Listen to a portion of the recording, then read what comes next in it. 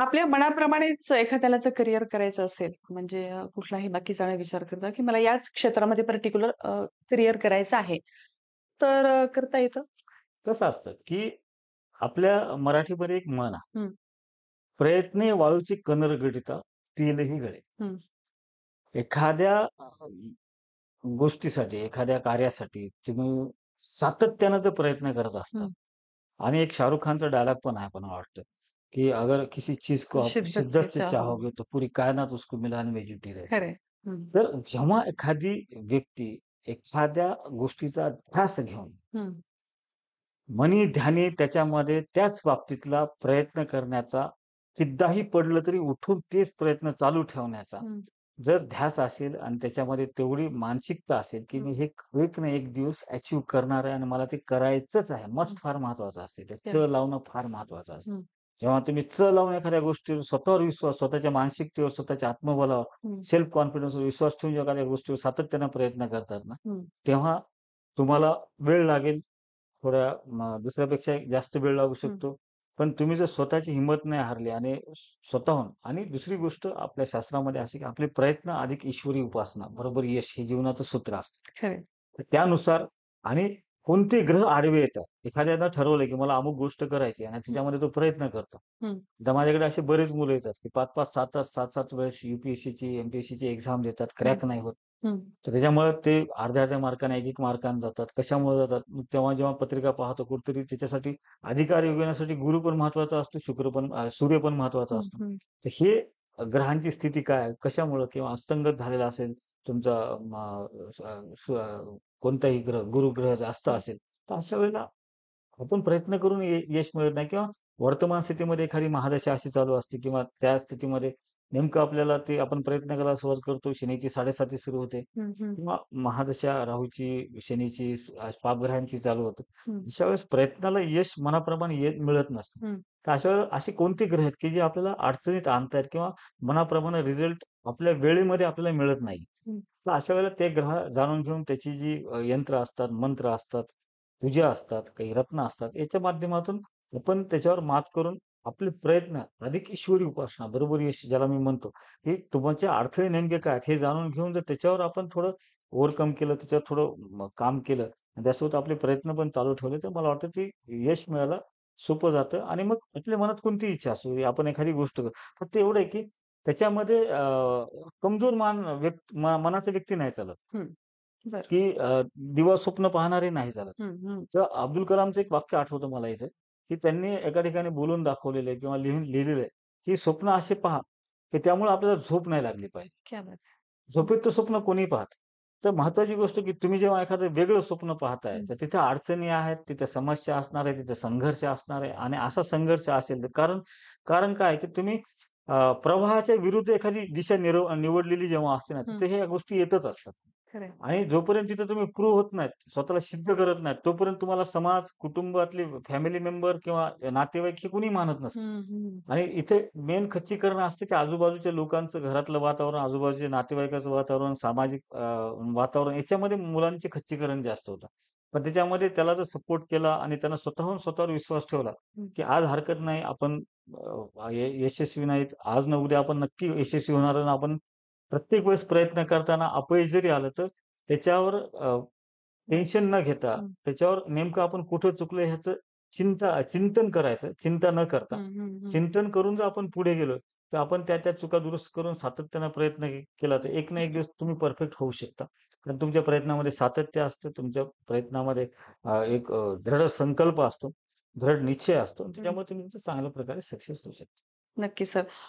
खूप छान मार्गदर्शन केलं सरांनी, की तुमच्या मनामध्ये जर एखाद्या विशिष्ट क्षेत्रामध्ये करियर करायचं असेल, तर त्या दृष्टीने जर तुम्ही खूप परिश्रम केले, तर तुमचं भाग्य सुद्धा बदलण्याची शक्ती ही तुमच्यामध्ये आहे.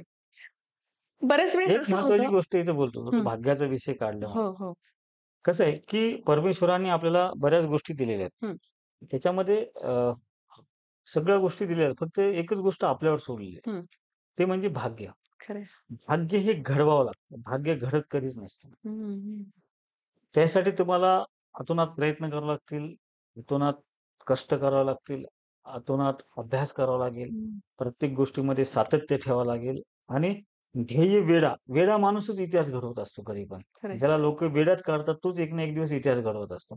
आणि त्यामुळं तुमच्या ध्येयासाठी तुम्ही वेडे असले पाहिजे तरच तुम्ही तिथे साध्य होऊ शकता आणि तुमचं भाग्य तुम्ही घडवू शकता. हं. त्यामुळं भाग्य हे घडवावंच लागतं. हे भाग्य आपल्याला वंश परंपरेनं नाही मिळत किंवा काही कोणत्याही गोष्टीनं ते मिळत नाही. खरंय. प्रत्येकाला ते आपापलं घडवणं हे फार महत्त्वाचं असतं. त्यासाठी भाग्याबाबतीत दुसऱ्याला दोष देणं किंवा ब्लेम करणं हं. याच्यापेक्षा आपण कुठे कमी पडतोय ह्याच्यावर विचार करून जर आपण सातत्यानं प्रयत्न केले, तर आपण तिथे निश्चितपणे यश संपादन करू शकतो.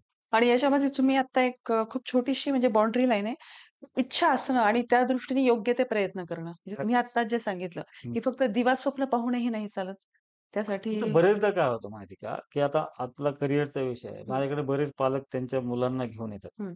आणि ते तेव्हा एकतर अ, 3री-4थीला असतात किंवा बरेचदा आजकाल काय आहे, की आपण लाईव्ह शोमध्ये जे कॉम्पिटिटिव्ह शो चालू हं. असतात गायनाचे वगैरे हो, हो. किंवा डान्सचे याच्यामध्ये किंवा लहानपणापासून आपण पाहतो, की 8व्या-12व्या वर्षी कोणीतरी क्रिकेटमध्ये गेलाय किंवा हो. स्पोर्ट्समध्ये गेलेला आहे. हं.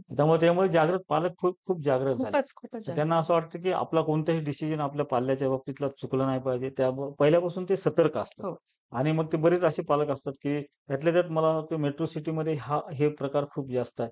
हे हं, तिथले पालक जास्त जागरूक आहेत आणि ते त्यांच्या पाल्याला पहिल्यापासूनच कोणत्या हं, क्षेत्रात त्याला कला क्षेत्रात यश आहे का, त्याला खेळामध्ये यश आहे हं. का, ह्या सगळ्या गोष्टी जाणून घेत असतात. तर त्यावेळेला ते मी पाहतो त्यांच्या पत्रिका. तर बरेचदा काय असतं किंवा बरेच पालक असे पण असतात, की मुलं 10वी गेल्यानंतर ते माझ्याकडे येतात, हं, की हं. पुढचं त्याला सायन्स द्यायचं का, आर्ट्स द्यायचं का, कॉमर्स द्यायचं हो. किंवा बरेच पालक असे पण असतात, की 12वीच्या नंतर ते ठरवतात, की त्यांना कोणत्या दिशेला पाठवायचं. तर अशा वेळेला मग जेव्हा मी पत्रिका पाहतो, की मी त्यांना सांगतो, की हे पण योग त्याच्या पत्रिकेमध्ये आहे, हं, असा पण योग त्याच्या पत्रिकेमध्ये आहे. हं, आणि हे योग असणं हं, आणि तसं घडणं, हं. असणं आणि घडणं याच्यामध्ये खूप तफावत आहे. अच्छा. कारण त्याच्यामध्ये येतात ते प्रयत्न. ओके. हं. मी एखाद्याला सांगितलं, की तुझ्या नशिबामध्ये एम-पी-एस-सी क्रॅक करण्याचे योग आहेत हं, किंवा मी एखाद्याला सांगितलं, की तू डॉक्टर होऊ शकतो किंवा मी एखाद्याला सांगितलं, की तू इंजिनिअर होऊ शकतो. हं, हं. तर किंवा एखाद्याला मी सांगितलं, तू खेळाडू होऊ शकतो. तर त्या दृष्टिकोनातून त्यांची प्रयत्नामध्ये सातत्य असणं फार गरजेचं असतं. म्हणजे योग आहेत म्हणजे ते होईल असं काही नसतं. योग अच्छा. येत असतात आणि जात असतात. म्हणजे तो योग योग जरी असले तरी प्रयत्न प्रयत्न महत्व आहे. काय अच्छा. की ह्या आपण पूर्ण जीवन जे आहे ना आपलं, हं, तर ते हे कर्मावर डिपेंड आहे, की तुमच्या संचित काय आहे, प्रारब्ध काय आहे आणि कर्म काय आहे. हं, ह्या 3 गोष्टीचा पूर्ण बॅलन्स आपल्या जीवनामध्ये असणं फार गरजेचं असतं, की संचित जे असतं ते पूर्वपराजित मिळालेलं असतं. पण ते कर्मानं टिकवता आलं पाहिजे. हं, प्रारब्ध म्हणजे भाग्य ते घडवता आलं पाहिजे. पण तिथेही कर्मच कामाचे आहेत.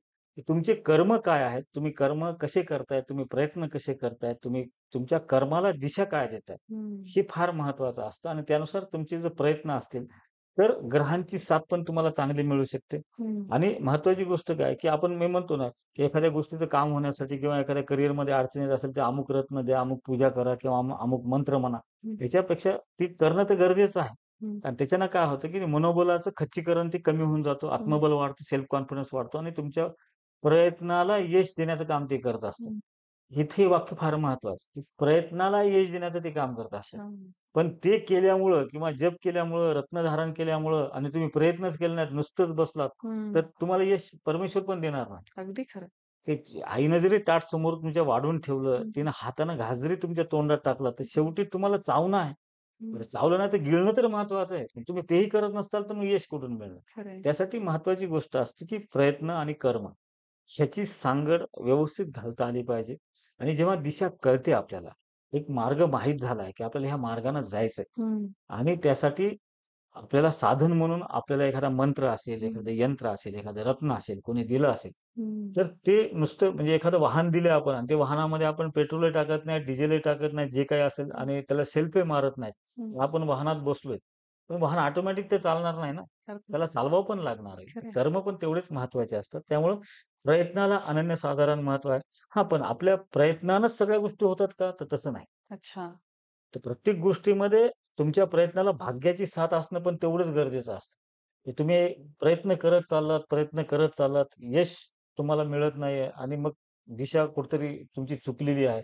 तुम्हाला पूर्वेकडे जायचं आणि तुम्ही पश्चिमेकडे खूप प्रयत्न करताय, हं. तर ते तुम्हाला ध्येय साध्य नाही होणार. त्यासाठी दिशा योग्य ठरण्यासाठी, दिशा योग्य ठरली तर आपली दशा चांगली राहते बरं. आणि दिशा जर बिघडली तर दुर्दशा आपल्या नशिबामध्ये येत असते. तर त्या दृष्टिकोनातून आपण जाणून घेतलं पाहिजे ज्योतिषशास्त्राच्या माध्यमातून, की आपली पत्रिका आपल्याला काय सांगते, आपल्याला काय मार्ग दाखवते. हं. त्याच्यावर मी हे म्हणत नाही, की त्याच्यावर तुम्ही डिपेंड राहा. हं. पण माझं म्हणणं ते जाणून घ्या आणि त्यानुसार तुमचे प्रयत्न करा. काही अडचणी असतील तर त्याच्यावर पण उपाय असतात. प्रत्येक अशी कोणतीही समस्या नाही, की त्याला उपाय नसतो. असं कोणतंही कुलूप नाही, की त्याला किल्ली नसते.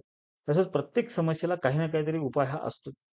त्याच्यामुळे ते उपाय जाणून घेतला पाहिजे आणि त्यानुसार आपले प्रयत्न अधिक ईश्वरी उपासना हे जे सूत्र आहे, हे मनाशी गाठ बांधून ठेवून त्यानुसार जर सातत्यानं कर्म आणि प्रयत्न केले, तर मला वाटतं चांगलं यश मिळू शकतं. नक्कीच, नक्की.